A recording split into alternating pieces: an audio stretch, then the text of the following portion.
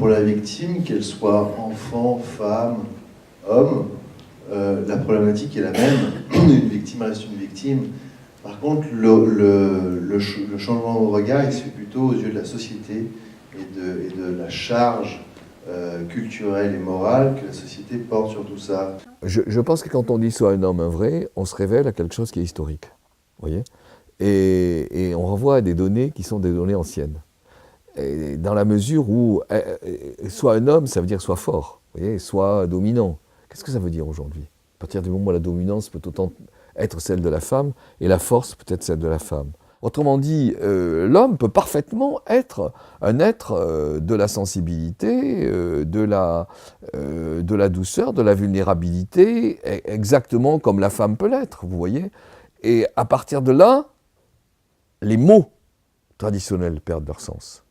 Virilité, patriarcat, ça perd son sens. Donc toutes les caractéristiques qui sont habituellement associées aux hommes et aux femmes, c'est vrai qu'à notre époque, elles sont beaucoup remises en cause, mais il y a quand même certains aspects qui restent quand même solides, avec l'idée que un homme, il est censé, dans l'inconscient collectif, on va dire, il est censé être fort, il est censé être protecteur, capable de se défendre, il est censé ne pas être vulnérable. Le problème des hommes, c'est que les hommes ont été éduqués pour être des dominants. Or, figurez-vous, le viol anal est le symbole même de la soumission. Le vrai tabou, il naît de là.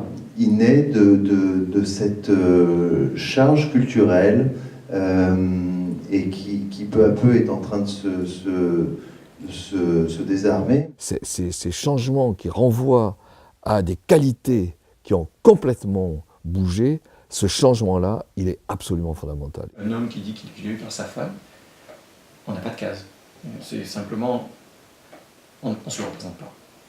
Une femme qui se fait violer par un homme, on va avoir une réaction instinctive qui procède de toute notre éducation, de tout notre bagage culturel, des contes qu'on a eu enfant, avec l'image du loup et tout ça. Donc on a tout un bagage culturel, on a un langage pour ça. Il n'y a pas de mots, il n'y a pas de langage, il n'y a pas de conte, il n'y a pas de référent de l'ordre du langage, en fait, pour parler d'un homme victime sexuellement d'une femme.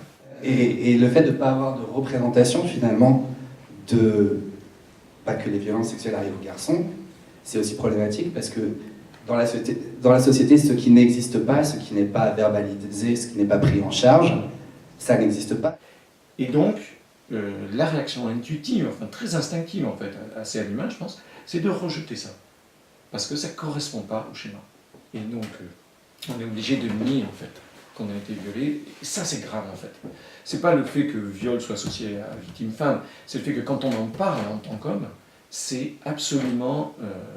on est accusé. On est accusé de mentir, d'affabuler.